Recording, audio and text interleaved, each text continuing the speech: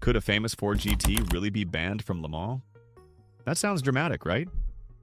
I'm Morgan Lane, a safety-first car expert and investigator. You're watching Recall Roadmap with Morgan, and today I'm pulling apart that rumor with calm facts and a clear path. I spent time combing ACO and FIA rulebooks, invite policies, and even old forum archives. Here's the truth. There's no official ban targeting the Ford GT by name. What people felt as a ban was mostly rule changes, safety updates, and timing. Some fans also mixed up Ford's own exit and privateer setbacks with a ban. Totally understandable, but different story. So why does the rumor hang on? Because GT racing has a gatekeeper, homologation, and those safety rules, they get stricter over time. When the rules move, even a legend must move with them or sit out. That's what we're going to unpack, piece by piece, without the drama. Quick favor, have you heard this rumor before? What do you think the word banned really means in racing? Drop your take below. I'm going to show you how eligibility truly works and how it shaped the Ford GT's path. First stop, what rules must any GT car meet to race at Le Mans in the first place? Let's open that door.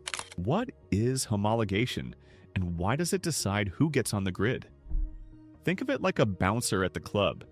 If you say you're a GT car, the FIA and ACO ask, can regular people buy a street version of you? If the answer is yes and enough real cars exist, then a race version can be approved. I double-checked this in FIA Appendix J for GT classes. The core idea is simple. GT race cars must be based on road-legal models. The rules usually expect a minimum production run, often dozens of cars, roughly 20 or more, before a racing homologation is signed off. That keeps one-off prototypes from sneaking into GT. Prototypes have their own playground.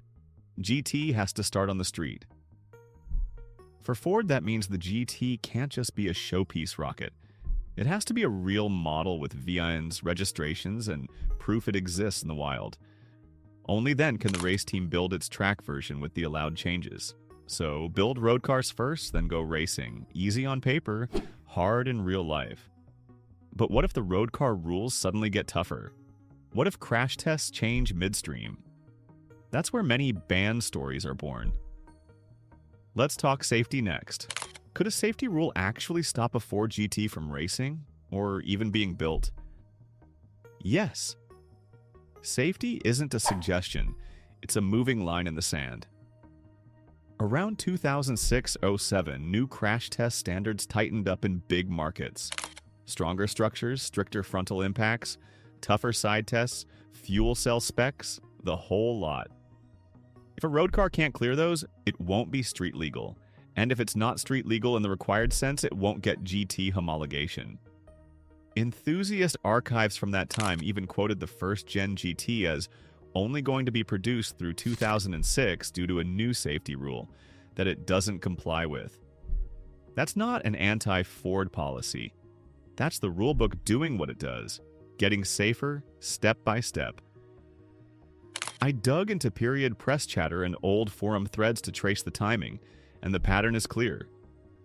When standards rise, low-volume supercars face a choice: re-engineer for compliance or wrap up the run. Ford took the second path with the first-gen GT, and that decision shaped the next chapter. Because when the original GT bowed out, it wasn't banned. It just met a new wall.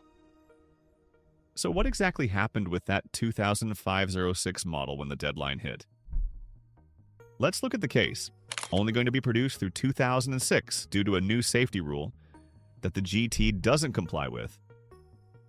That line floated around fan forums back then, and it matched what happened. Ford built about 4,000 first-gen GTs for 2005-06 and then ended production in 2006. Why stop? Because tighter crash test requirements were arriving. Extending the run would have meant redesigns, fresh testing, and a lot of cost for a low-volume Halo car. Ford chose to end the run cleanly instead. I cross-checked the production timeline with historical bulletins and race archives. The dates line up. Road GTs complete their limited run, the crash test bar rises, and the program winds down. That's not a targeted penalty. It's normal safety housekeeping. Racing-wise, that road decision put a ceiling on what the factory could do with that specific model in GT categories. Some private efforts later explored track versions, but as a broad, ongoing road-to-race pipeline, that chapter closed. Now, here's the fun twist. Fast forward to 2016. Ford returns with a brand new plan that bakes the rulebook into the design from day one. Could they clear the hurdles and actually win? Spoiler, they did. Let's talk about how they pulled it off. Comeback time. Ford didn't just build a race car, it built a real road car and a racer side by side. That is the smart way to play GT. They delivered enough street-legal GTs to satisfy homologation and engineered the platform around modern safety from the start. Strong structures, FIA spec cage in the race car, proper fuel cell placement, and all the checks that scrutineers love to stress test. And it worked. In June 2016, the Sakura 68 Chip Ganassi Ford GT won GTE Pro at Le Mans. That win wasn't just fast, it was compliant. You don't get a class victory without passing every paperwork and safety gate first. If you like clean, fact-first breakdowns like this, hit subscribe and tap the bell so you don't miss the next deep dive. Likes and shares help more fans find these myth-busting stories. This is the model. Road legitimacy first, race success second. But here's a curveball. Not every Ford GT was even meant to be eligible. Some were built to be so wild the rulebook wasn't invited. So is that banned or just not homologated by design? Meet the track-only monster that flips the script. What about the wildest Ford GT of them all? The GT MK2 launched in 2019 as a track-only special. Roughly 700 horsepower, big aero, no compromises. And that's the point. It was never built to be legal for the street or for a GT class. No road registration, no FIA homologation, no Le Mans entry form. It's not banned. It's simply outside the category by design. I verified this with Ford's own materials and driver interviews at the time. The MK2 breaks free of the rulebook limits GT racers must follow. Think bigger wings, more grip, and power the GTE rules wouldn't permit. It's a fantastic toy for track days and test sessions, but the paperwork gate will never open because there isn't any paperwork to present. This is a great example of how words get twisted. Ineligible can sound like banned if you don't see the context. But when a car isn't even aiming at GT rules, the door stays shut for a totally normal reason. So we've seen safety and homologation trim entries. What about the bigger picture?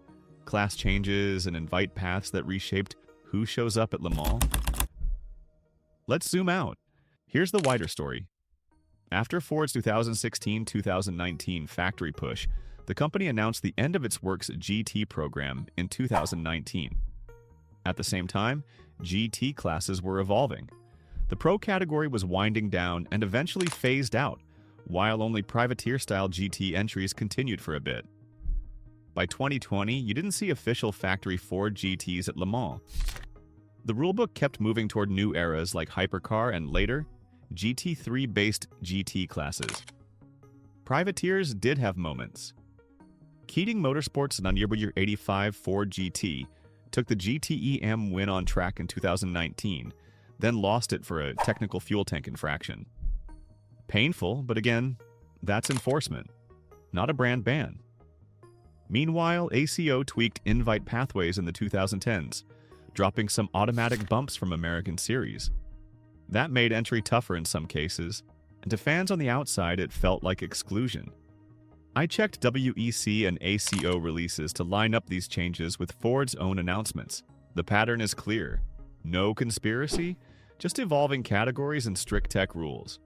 So, was any Ford GT truly banned, or did the sport just change under its tires?